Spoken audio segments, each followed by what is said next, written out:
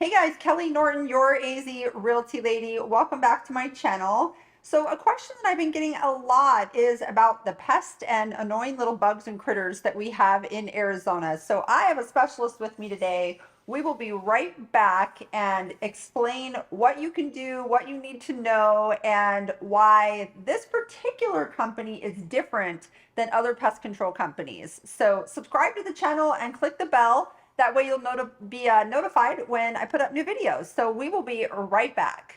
Hi, I'm Kelley Norton, your AZ Realty lady at EXP Realty. Count on me for all things Arizona real estate.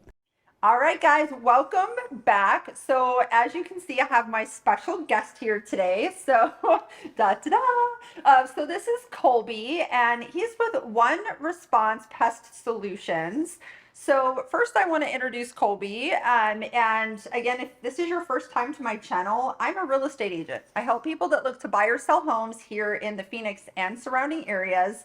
And I like to align myself with businesses that are like-minded and that really look at treating their customers and educating their customers in a different way than just going out and doing a job, but making that person kind of need them all the time by not actually solving the problem. So with that, this is Colby. So Colby, go ahead and introduce yourself to my viewers. And this is the AZ Realty Lady channel on YouTube. Absolutely. So first and foremost, thank you, Kelley, for having us. Yeah, we're happy to be a part of your community. Thank you. Grateful for your time. So we're certainly, as she mentioned, a different organization than you might have come to know.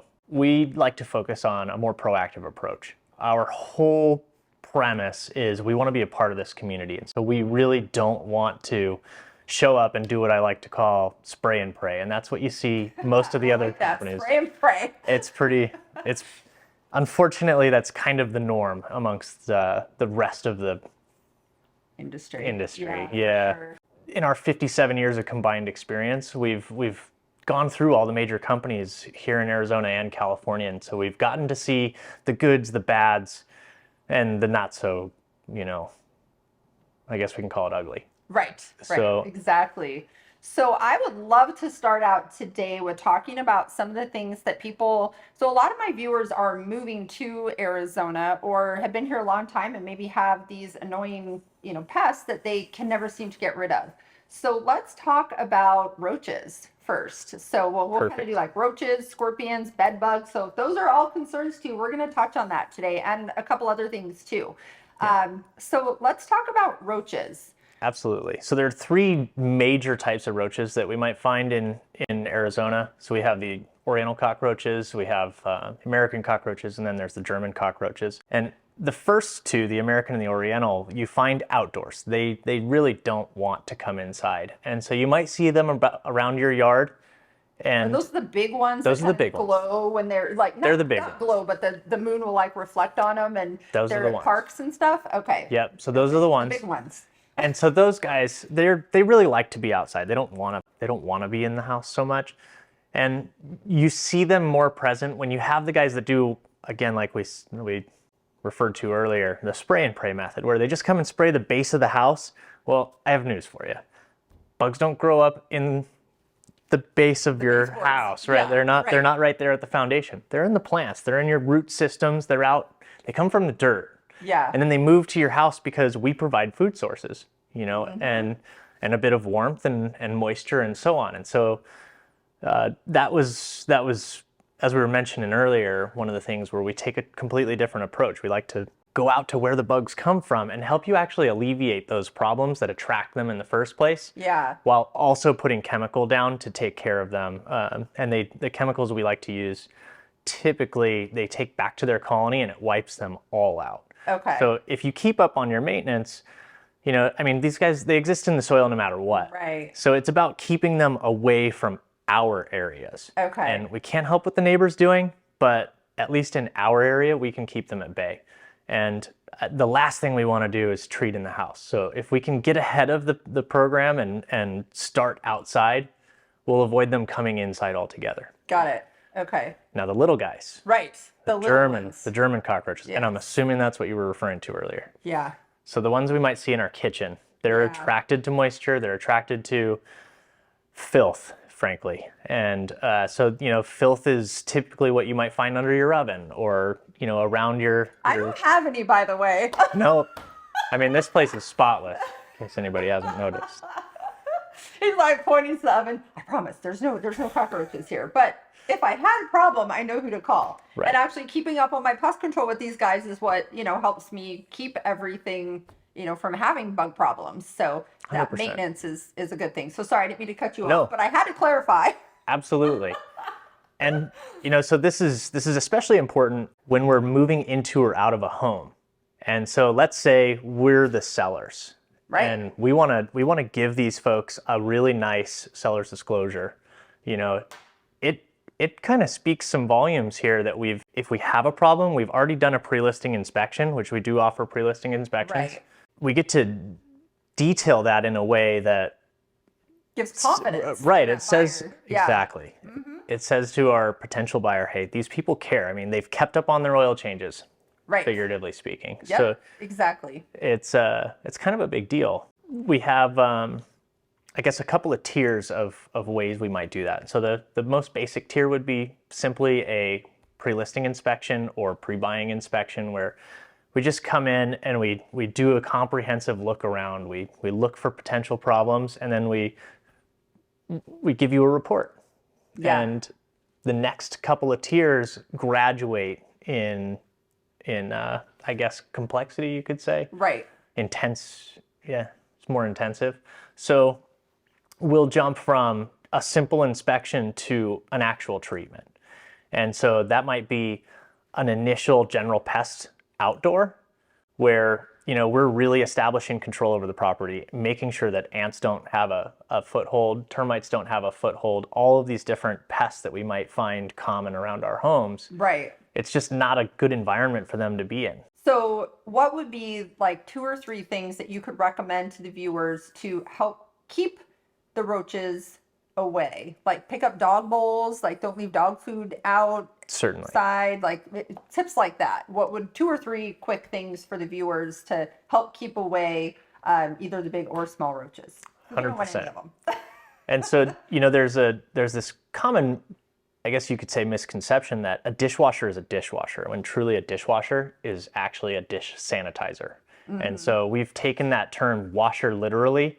And so folks just, we're all guilty of it. Yeah. On the dishes. Right. Yeah. And it collects in the bottom of the dishwasher, and now that attracts roaches. Yep. And they just come up the sewer line to it. Straight in. And so maybe not necessarily a sewer line, but they'll find their way in. Right. And so it's one of those attractants. So that's a big one that we want to avoid. Outside, again, like you mentioned, dog food bowls, things like that, chicken feed and so on if you have chickens around or other pets. Cleaning up their bowls regularly, cleaning up the area around their bowls, not letting that, filth collect. Yeah. Then we avoid most of the possibility to attract them. Perfect. So, but mostly in the house, I guess. Right. Because outdoors, they're easy enough to take care of. We can spray, and with your general service, we're going to knock them down.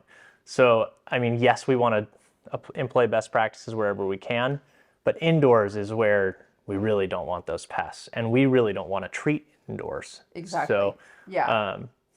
First off, setting that barrier outside of the home with your general pest control, that's a huge one. You're going to knock them down in the first place. And then to further that, keeping the area inside clean. So around the baseboards, once a year, pull your oven out, clean out under it, your dishwasher and various other places where things might accumulate. Good advice. Yeah, for sure. Okay, so let's talk about termites. Guys, if you're from other parts of the country, you may have heard me say before that our termites here are not quite as aggressive. Your house is not going to fall down if you have termites, so you don't have to worry about that. And we're going to just touch lightly on termites. And I know that termites are a big deal, but we do have an entire video on termites that you can watch where Colby and I have talked about termites in detail. So we totally cover that one. So let's talk just a smidge for people that are watching this video about our primary offenders here in Arizona, which termites are one of them. Yep. So, quick, what kind of termites do we have? So we have the western subterranean termites here in Arizona, and they like to travel underground. So subterranean suggests that. Right. And they're blind, constant foragers. So they go in every direction 100 feet from their colony, and then as they run out of their water source, we go into some depth on that, they move into different colonies. And so they're constantly spreading, constantly looking for new food sources. And so that's part of why it's so important to really get ahead of that problem, have a company who maintains your warranty or does a service away in the from the first house. place. 100%. Yeah. 100%. And definitely get a termite inspection when you're purchasing a home. So homes that are on the resale market, you definitely want to get a termite inspection. And, we can have Colby and his team come out and do your inspection. A lot of times home inspectors will say, hey, I can do it for you.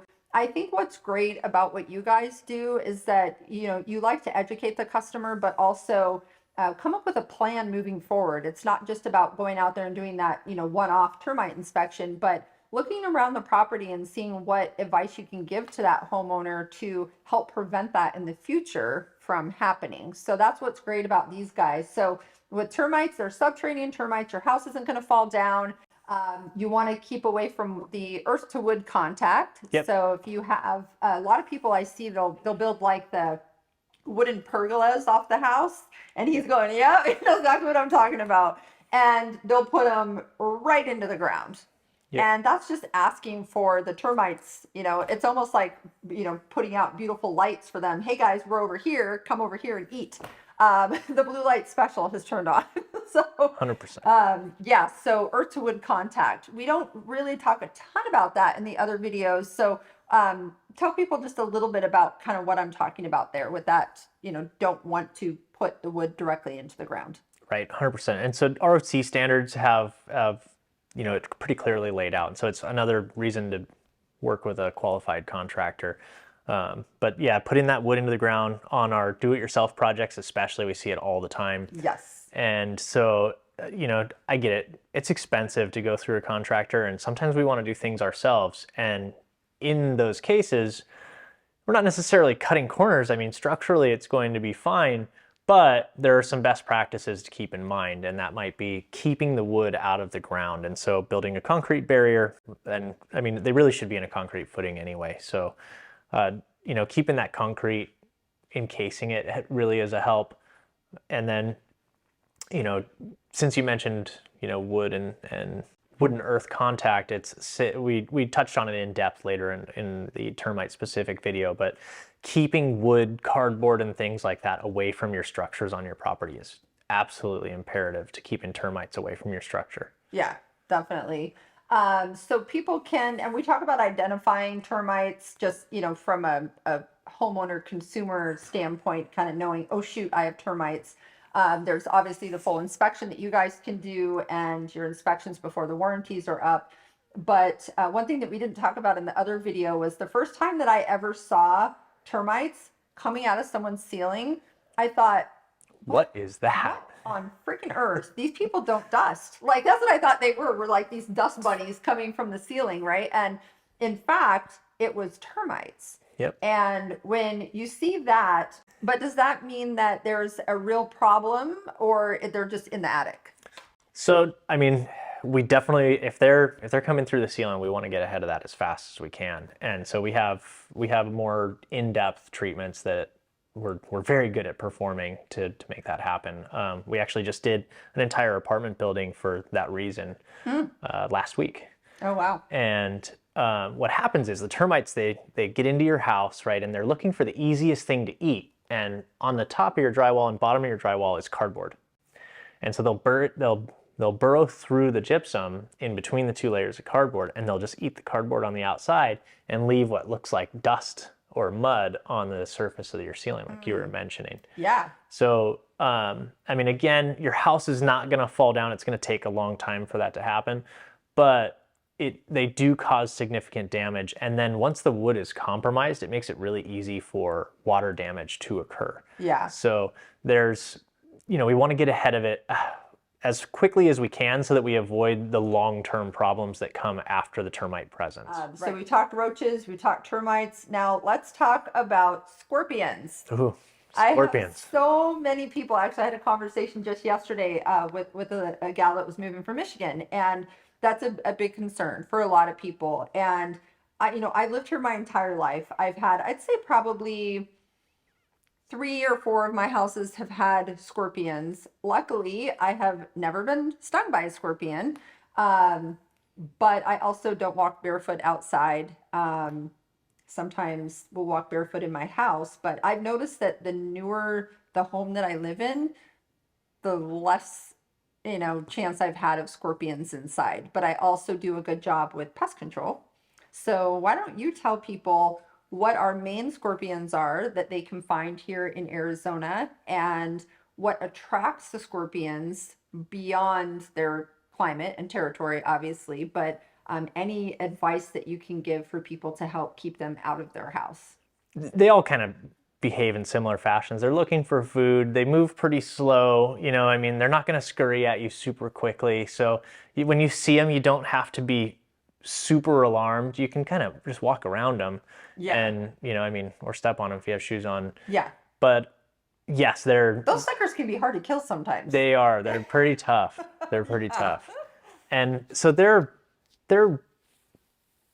tough to kill also from a pest control side as well. And so we have different methods, and we've found some different chemicals that work very well.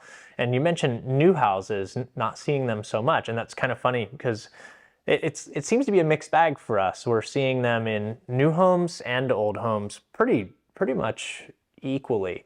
And for me, it's newer. So when in brand new construction, obviously there's a lot of work going on and so forth. Stirs them up. Stirs them up, yes. Yeah. Eventually it calms down. So like this house that I'm in here is 6 years old, and I live on the mountain, so I'm in their territory. And when I go out at night, it's this fun thing. It's hilarious, but black light. So yeah, black light and a beer, right? So black light in one hand and a beer in the other. And we'll actually have friends over, and they think it's hilarious. And we go look for scorpions, and we kill them. And my husband's thinking on this is, hey, for one scorpion that I can find on my fence, then it's not mating, it's not having more scorpions that are going to end up in my house. So it's a good attitude. Yeah, right. Entertainment, pest service.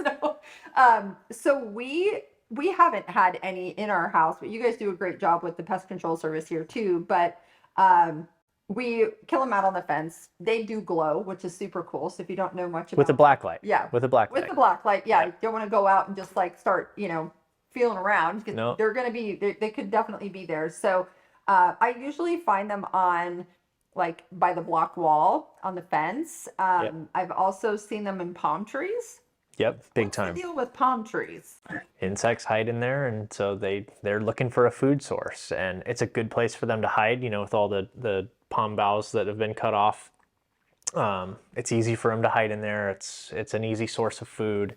There's moisture typically there, so they can keep themselves well nourished and hide. And that's why they go to the block wall too, is because 100%. they hide in the block wall. And there's moisture there typically around block walls. And so that's another thing too is, we have some other partners we can refer you to for irrigation and really cutting down on your water bill. But there's so much more to it than just cutting down on your water bill. It truly helps to reduce your insect population. It truly helps to reduce damage to your home. And then, those ugly spots that you see on your stucco also. Yeah. So, getting your irrigation handled by somebody who really knows what they're doing is important. Yeah, keep that moisture away. So with the scorpions, and we'll, eventually do a whole nother video on scorpions because that's such a big thing for people and a huge concern.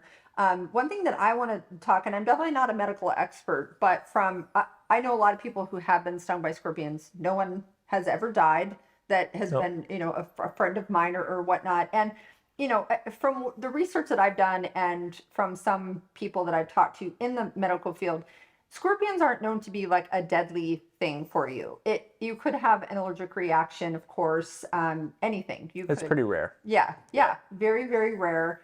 So anyway, they're really creepy to look at. They are creepy. Yeah. They're alien looking for sure. Yeah. And they have an exoskeleton. So, we do have to treat them a little bit differently than your general pest. And so that's another thing that's important when we're talking with our who we're choosing, to represent us in our treatment of our home for pests, is how are we dealing with general pests? Because here in Arizona, scorpions are part of our general pest program, at least for our company. Yeah. And so that might not be true for everybody, but we'll dust and we do everything we need to do to make sure that that population of scorpions that, as Kelley mentioned, we're in the mountains, we're in the desert. This is their home just as much as it's our home. And technically they were here first, but that doesn't mean that they need to come into our homes. And so, we're pretty good at setting up, those barriers to kill them before they get into our home. Right. So I have known some people, I've walked up to their houses, showing their house, and they have diatomaceous earth like all over the place. And for those of you who don't know what that is, it's like what, crushed up shells? And bone and stuff, Bone, shells, something. So does that scrape their belly and so they don't want to cross it? Right. Okay. Pretty much. That's the theory. Yeah. And it's somewhat effective. People who use that and they still have scorpions. 100%. Yeah. It's semi-effective. It does a little bit, and realistically, it's just But I don't think it's a that's deterrent. good for pets to be around. That's something I haven't really researched myself. Yeah. I do know that it's marginally effective, if at all. And it's really subject to the environment as well, because it rains, it washes away. Right. It blows, the wind blows, which, as we know, we have plenty of wind here. It's blowing it away, and, animals are walking through and so on. Yeah. So I don't think it harms anything, but, or meaning any pets, but you're leaving the population in existence. Right. You're not cutting it off at its source. And how about we starve them? So what do they eat? Oh gosh, they eat all kinds of smaller insects. And so that's another great reason to have a general pest control service that really focuses on insects where they originate, which is out in the dirt, in the plants, in your root systems, and so on. If we're just coming out and we're doing the spray and pray method, and we're just going around the base of your foundation of your home, we're not truly treating the problem. All we're doing is creating a barrier for them that they cross, and depending on the chemical, it might kill them fairly instantly, or it might kill them over the course of hours or days. But realistically, that's not solving the problem. And, our theory is that we should never be coming in your home. If we're treating the property properly, we should never be spraying in your home. And, with the exception of some rentals where people might bring pests in, like German cockroaches or bed bugs, which I think we want to cover that here in a little bit also. Talk about bed bugs, because it's becoming more of a something we're seeing on seller disclosures now. And I had a listing where my seller disclosed that, and it really concerns a buyer. Okay, did they really get rid of it? Did they really get rid of it? I do not want to move it and have bed bugs. No, I don't blame them. Yeah. So, and we can jump right over to that again. We'll do another video on scorpions. And, for the most part, it's more of a summertime thing, right? Yep. Yeah. So summertime is when you're going to have the bigger issue of scorpions. But again, Colby and his team are happy to come out and have a consultation with you to discuss with you what they can do to have preventative service so that you don't have such a big problem. So, so scorpions, not going to die from them. No, but, we can take care of them. Yes. We'll help you. You'll probably never see them. I mean, at my house at least, I've never seen one. That's awesome. So let's touch real quick on bed bugs. Bed bugs, all right. How do they get in the house? Well, so bed bugs they're hitchhikers, and they're actually not native to Arizona. So they originated in the Middle East, and through air travel, the expansion of air travel and the frequency and the lowering of cost of air travel, we've brought a lot of folks from different parts of the world that exposes us to these pests that aren't they're not native here.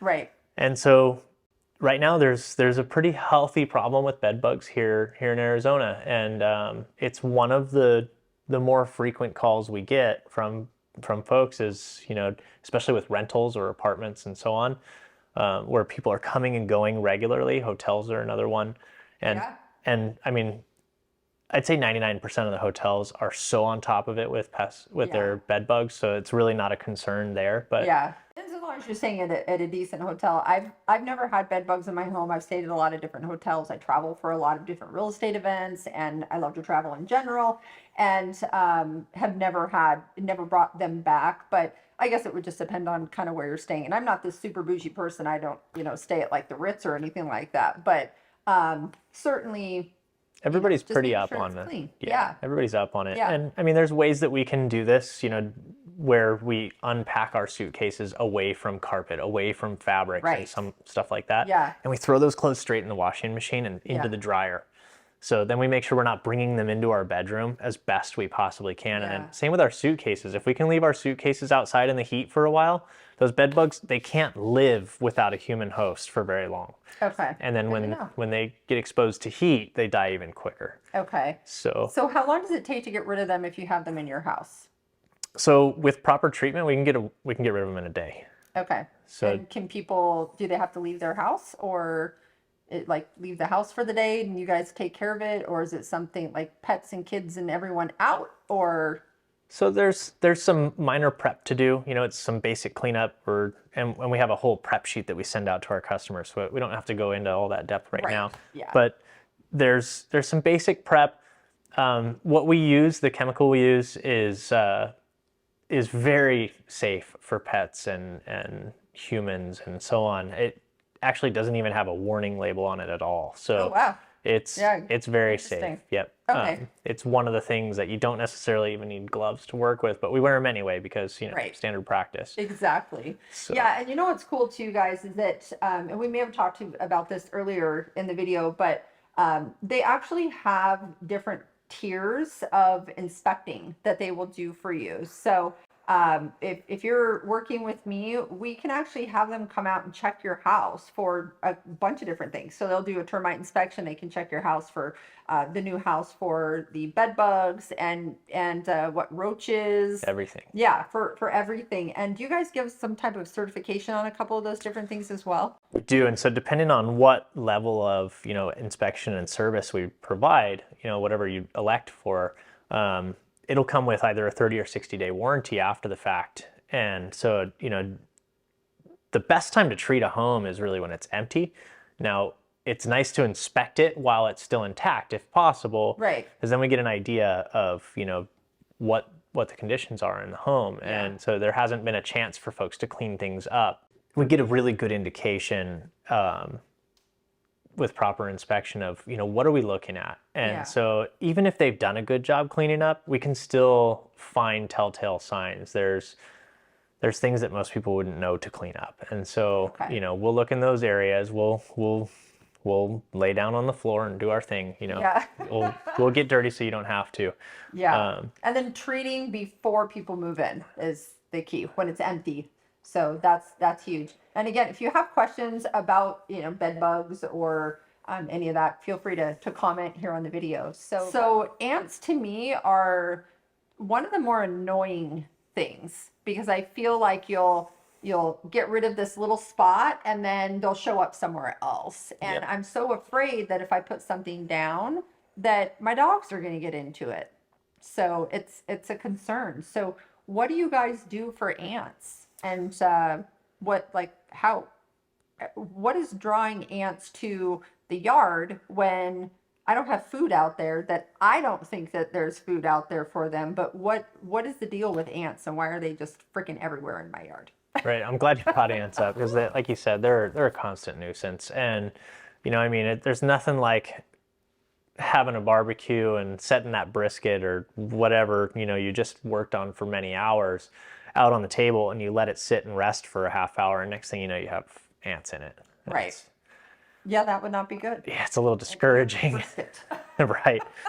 And so that was one of the calls that we had actually to deal with was, well, we set our tri-tip out and we had ants in it by the time we were cutting it. And I was like, wow, okay, that's... Yeah. Well, luckily, I haven't had that. I love to grill, so luckily I haven't had that problem. But they're everywhere. They're like all over in the rocks and the dirt, and so what do you guys do for that, and how can you help keep the pets safe?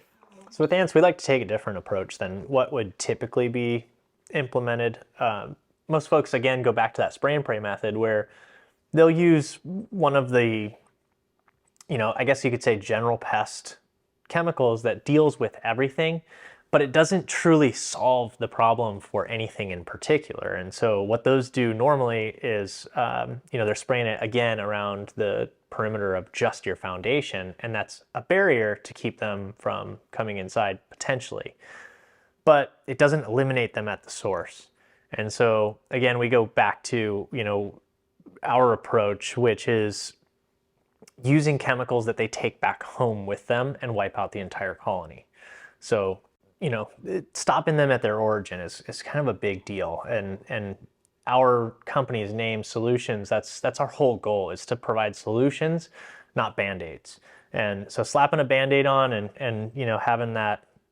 And one response. Right. Solutions. Like, that's the key, right? Your guys' goal is like, let's take care of this problem. One time. Yeah. And so, yeah, exactly. And while it is a recurring service to maintain control of the property, the idea isn't that we should be out here and provide a service and then 2 weeks later have to come back for the same problem. Yeah. And, some things are more complex than others, like rodents and so on. And so there might be a couple of iterations, and that's to be expected. But for general pest stuff, our goal is really to nip it in the bud where it begins, and quite literally nip it in the bud out in the plants and right.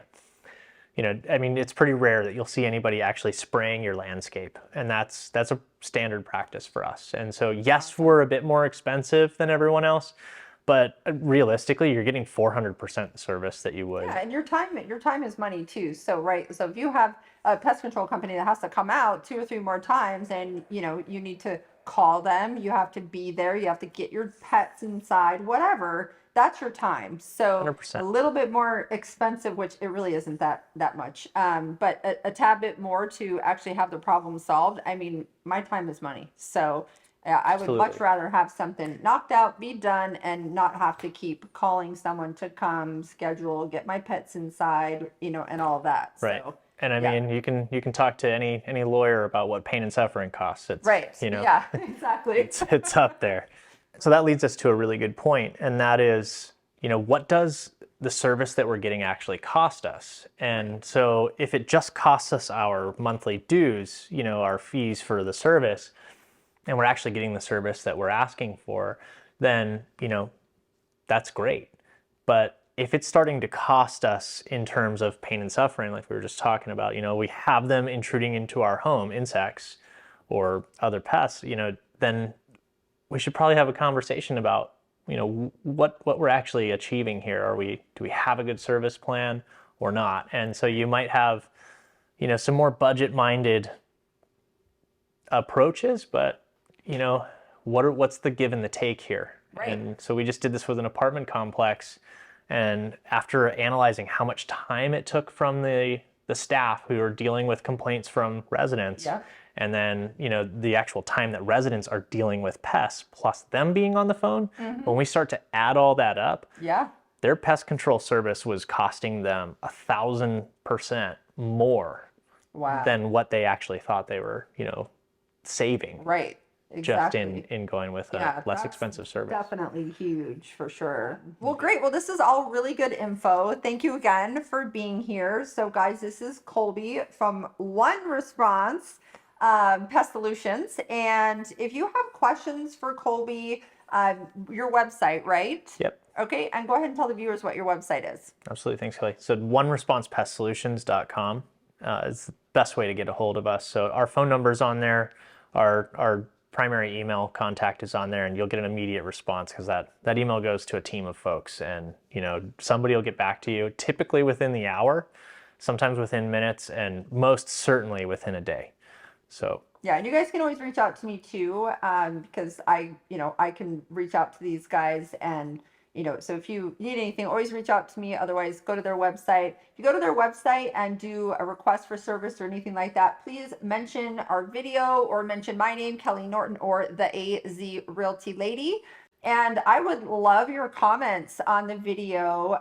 What did you think about the content? Also, are there topics that you would like me to have Colby back out for that are, you know, pest control, rodent related, or anything like that, put your comments here on the video, because we would be happy to do more videos and want to know what it is that we can help you with. We want to provide value. So again, subscribe to the channel, click the bell. That way you'll be notified when we put up new videos. Thank you again for being here. Thank you for having me. Appreciate it.